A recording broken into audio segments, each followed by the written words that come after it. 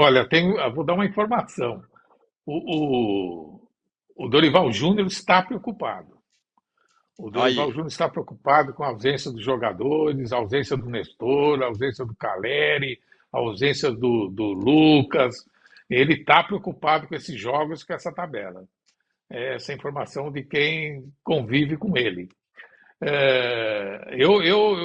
Toma um pau do Bragantino hoje, você vai ver como é que fica a cabeça. Então, o São Paulo tem que jogar e vai dar tudo que tiver em campo. Não vai jogar sossegadão, porque a coisa já passou, não. Vão ser jogos difíceis, complicados, todos eles, todos eles. Não é querer dar audiência, não. É que vai ser assim. Fica de Não, eu olho não nos acho que jogos. vai entregar, Bodão. Eu não acho que o São Paulo vai entregar, não é isso. Eu acho que tem uma Não, diferença enorme, tanto em campo e como não, entre o isso São Paulo. jamais, isso jamais. É, Isso jamais. é Que só está isso. preocupado, está preocupado. O treinador está Ah, muito preocupado, porque o ambiente do time é de que deu uma relaxada. Mas isso, para quem dirige, para quem está trabalhando, quem tem outras responsabilidades, a preocupação é grande. não dá para relaxar, né, ô Lavieri? Eu sei que você gostaria muito que o São Paulo relaxasse hoje, sei lá por quê, mas não dá para O relaxar. contrário, ele é o contrário, ele tá São Paulino como nunca.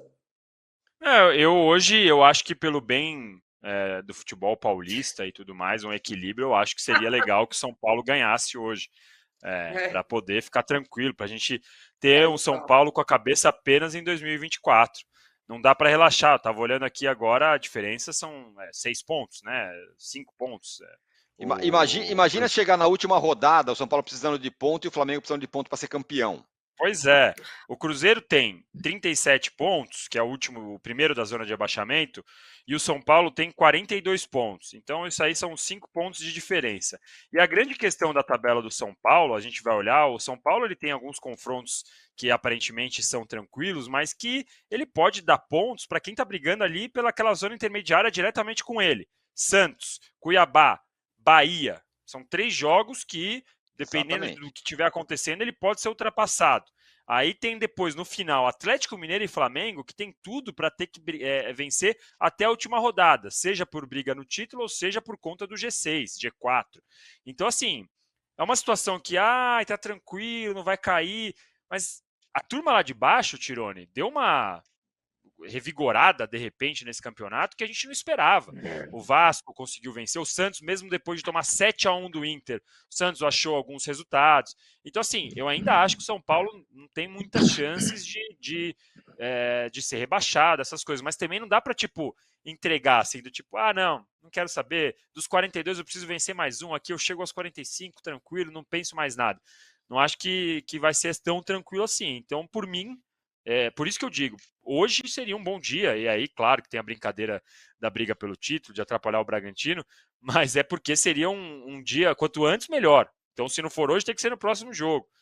Quanto antes para o São Paulo 100%, não vamos cair, não tem nada disso, dá para planejar, dá para pensar quem sobe, quem fica, quem a gente vai vender, seria melhor, porque o São Paulo, apesar de ter sido campeão da Copa do Brasil, eu não vejo um time que a gente vai olhar e falar, não, esse time aqui tá pronto, precisa de pouca coisa para 2024. Pelo contrário, acho que foi campeão da Copa do Brasil, mas precisa de muita coisa para entrar em 2024 para poder brigar por tudo, como o São Paulino gostaria de ver.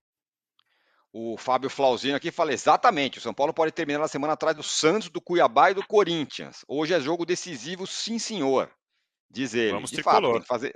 tem que fazer ponto hoje. Ah, Ó, você é muito cara de pau. eu? Mas é Não, o verdade. Lavieri falando Tá vamos bom. tricolor, ele nem consegue falar, ele engasga. Mas é verdade, o São Paulo tá ali em 10º lugar, mas tem muito time junto ali, muito time colado. Sei, tá É, bom. o que eu acho é que se isso vale para o São Paulo, vale também para Fortaleza, que também está com 42, para o Internacional, para todos esses times aí. Então ninguém Então, pode gente, bobear. É... Bom, quem bobeou até não poder mais já foi o Botafogo, é claro. Perdeu, descarrilou o trem, tem uma campanha ridícula no segundo turno, ameaçou até que sair treinador, não sair treinador, mas o que aconteceu mesmo foi a torcida ir lá protestar hoje, ô Marília. Falando, o brasileiro é obrigação, tal. Já que não teve nenhuma mudança de treinador, tal, foi lá a torcida do Botafogo naquela mistura entre cobrar e apoiar os jogadores para esse jogo decisivo também amanhã contra o Grêmio. Eu acho inadmissível o que está acontecendo com o Botafogo. Acho inadmissível a inação da direção do que é o departamento de futebol do Botafogo. Acho inadmissível mesmo, com todo o respeito, que o segundo turno do Botafogo, o Botafogo tem a 18ª campanha. O Vasco, ao ter a 18ª campanha no primeiro turno, trocou de técnico. Eu não acho que toda a culpa do mundo é do Lúcio Flávio. Acho que os jogadores assinaram a troca do Bruno Lage, e aí eles acertaram, porque aquilo era uma catástrofe. Mas não é possível que a direção do Botafogo veja a coisa ser desmontada de forma cruel, rodada a rodada, e não seja feita nenhuma intervenção. E sob intervenção não é só trocar técnico, você faz intervenções no time de outras formas. Você contrata um diretor técnico, você contrata um outro auxiliar. O Lúcio Flávio precisa de um chefe. O que aconteceu no segundo tempo do Palmeiras com o Botafogo não é só um segundo tempo espetacular do Endrick. De novo, é espetacular. Ele teria feito isso com qualquer time. O Lúcio Flávio não sabe explicar o que aconteceu no segundo tempo. No mínimo, ele deveria saber explicar o que aconteceu. Olha, nos perdemos na marcação. Aquilo que o Abel explicou sobre o primeiro tempo, o Lúcio Flávio deveria ter repertório para explicar no segundo tempo. Não é, ó vida, ó céus, olha o futebol que ele é capaz de nos dar. Contra o Vasco, a mesma coisa. Estamos perdendo, mas vamos recuperar os jogadores amanhã. Os mesmos jogadores que ganharam são os jogadores que perderam. Vocês da imprensa focam na derrota. O Botafogo precisa o Lúcio Flávio precisa de um chefe, e o departamento de futebol precisa de uma ingerência. Só a entrevista coletiva. Eu brinquei outro dia aqui, vou repetir. Não é de hoje o destempero do Botafogo. O Botafogo não perdeu os últimos 2 jogos. O Botafogo tem a 18ª campanha do retorno. Não é só o Bruno Lage na coletiva de imprensa falando eu não sei se fico, se vou, se volto. Aquele meme da Mônica. O que está acontecendo quando o time perdeu do Flamengo. Ninguém sabe o que está acontecendo. Os caras estão assistindo o jogo dos outros times. O primeiro Tietê, no meio do jogo contra o Palmeiras, não sabia que tinha segundo tempo. Foi lá e comemorou os 3-0 como se tivesse acabado. E no último jogo, ele reclamou de um gol anulado do Vasco. Ele reclamou de um gol anulado de um Vasco que poderia ter sido se não tivesse... Olha, os caras estão muito fora da casinha. Quando eles começaram a reclamar do sistema, o Botafogo piorou e esse sistema melhorou. Eu acho que o Botafogo tem claramente um problema emocional, mas ele também tem um problema técnico. Eu acho que o Botafogo precisa para ontem. Ontem não foi contratado ninguém, contrata hoje. Hoje não foi contratado ninguém, contrata amanhã e apresenta em São Januário. Mas do jeito que tá, o Botafogo não ganha de ninguém mais, gente. De ninguém. No segundo turno, o Botafogo perdeu. Dos G6 com os quais ele jogou, ele perdeu para todos. Ele perdeu para o Flamengo em casa, ele perdeu para o Palmeiras em casa. Agora ele tem o Grêmio, né? Provavelmente ele vai perder em casa. Ele ganhou desses times no primeiro turno fora de casa. Agora ele está perdendo para esse time. Mas ele está perdendo de uma forma acachapante. Então, ele perdeu para o Vasco, que está na zona do rebaixamento. Ele perdeu para o Corinthians. Ele perdeu para o Cuiabá. O Botafogo precisa de alguma coisa diferente, que não é um cartaz. Brasileirão é obrigação. Isso não é interferência. Isso é o óbvio. Acho que a torcida precisa fazer um pacto com os jogadores, talvez cobrar mais de quem não está sabendo se cobrar não seja exatamente a melhor coisa que possa acontecer com os jogadores. Agora, fingir que não está acontecendo nada. Outro dia você falou, acho que foi aqui, anteontem. O mundo acabando, os caras estão tocando violino. Olha, veja só, não, esse time é capaz de fazer de novo, já fez. É a 18ª, não é que é a 10ª campanha do retorno, não é a 6ª campanha do retorno, é a antepenúltima campanha do retorno. Nada está funcionando no Botafogo. Não é só vocês da imprensa. Alguma coisa precisa ser feita. Pode ser amanhã, antes do jogo começar. Pois é, Bodão, você falou que acredita. Você não descarta que o Botafogo reaja das cinzas, sabe lá como. Eu confesso que eu não creio mais. Depois de tudo que aconteceu com essa campanha tenebrosa do segundo turno.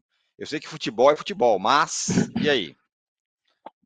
Na verdade, eu fiz um joguinho de palavras, né? Se for analisar bem. Mas o que eu quero. Sabe o que eu penso do Botafogo? Tem botafoguense que vai querer me matar, mas eu não sei. Minha dúvida é se o tamanho do Botafogo é esse de agora. É essa a realidade. Quando eu vi aquele primeiro turno fabuloso, olhava a escalação, falei, pô, não conheço ninguém, mas que trabalho, que time fantástico, quanta vitória, pontuação. Fui ver alguns jogos do Botafogo. tudo dava certo para o Botafogo. Era impressionante. Tiquinho chuta de fora da área, a bola resvala no zagueiro, vai no ângulo. Ah, golaço do Tiquinho. Tem mérito nisso, tem mérito, mas não sei se aquilo era. O Botafogo é tudo aquilo. Era tudo aquilo que foi no primeiro turno. A realidade parece que não é essa mesmo. Se olha o time, se olha os jogadores, as vitórias foram espetaculares, tal, mas aquilo não poderia durar muito. Eu acho que não era um time tão acima de todos os outros. Você pegar o Botafogo, olhar, analisar, ver individualidade, não é tão acima dos outros. Acho que a campanha do primeiro turno foi irreal. Caiu demais, é verdade, caiu demais. Talvez caiu um pouco na real. Acho que não é tudo aquilo que nós vimos. Não é um time que vai jogar sempre aquilo que nós vimos no primeiro turno. Aquilo lá foi uma exceção da exceção. Agora, o Danilo, em cima disso, que é uma boa análise do Bodão, sobre talvez o Botafogo não fosse aquilo que ele apresentou no primeiro turno, porém, fato é que ele chegou a ter 15 pontos de vantagem sobre todo mundo. E aí você pode ter um time que não seja tudo aquilo, mas que na hora que a coisa aperta, segura na unha o título. Vai e segura na camisa, ou sei lá como, segura. Vou dar um exemplo que talvez não seja exatamente igual, mas é parecido. O Corinthians do Carille era um super time? Era um time espetacular, um monte de craques? Não era. Ele fez um primeiro turno espetacular e no segundo turno segurou na unha. Segurou na unha, naquele confronto decisivo com o Palmeiras, ganhou do Palmeiras naquele confronto, pum, rumou para o título. Repito, era um time espetacular? Não. Tinha times com jogadores melhores? Muitos. O Corinthians ganhou. O Botafogo Total. está sendo incapaz de segurar na unha. E às vezes precisa fazer isso, né? Totalmente. Até porque, quando a gente fala do primeiro turno excelente do Botafogo, o melhor primeiro turno da história e tudo mais, o Botafogo não precisava repetir o melhor primeiro turno da história, não precisava fazer o melhor segundo turno da história, ele precisava fazer um segundo turno médio, só para garantir a vantagem que ele já tinha conseguido. E era campeão. A questão é que ele, como você disse, ele está na zona de rebaixamento, antepenúltima campanha do segundo turno. E aí falta, eu vejo os jogos do Botafogo agora, para mim é muito claro que está faltando o controle emocional dos caras.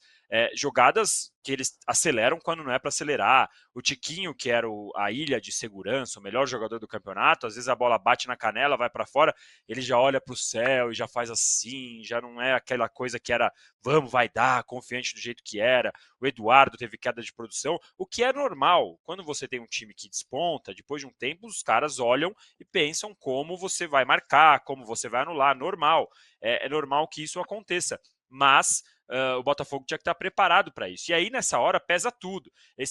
Desde 95, que o Botafogo não é campeão brasileiro, isso pode, não, os jogadores são outros, os jogadores não eram nem nascidos. Mas a partir do momento que ele assume a ponta, chega na concentração e liga a TV, liga o YouTube aqui do UOL, o papo é, nossa, há 30, 40 anos que o Botafogo não é campeão.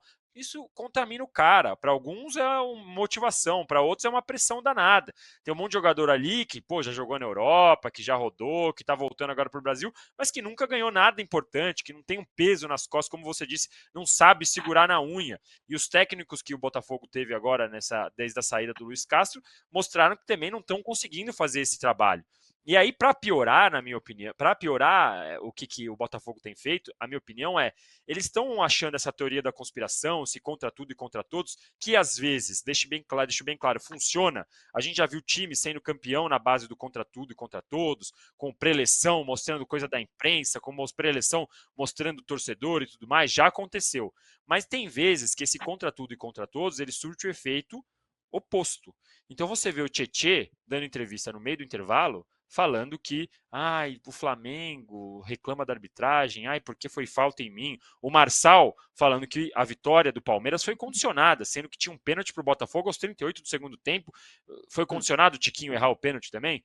Aí vai o John Textor dar aquela entrevista que é um absurdo. Antes mesmo, Bruno Lage já tinha dado entrevistas falando de conspiração e tudo mais. E olha, não é que isso seja exclusivo do Botafogo. Atlético Paranaense já fez, Palmeiras já fez, Atlético Mineiro já fez, Flamengo já fez, não é isso. Mas quando você se prende exclusivamente a esse tipo de explicação e não para olhar um pouquinho para o espelho, tá ferrado.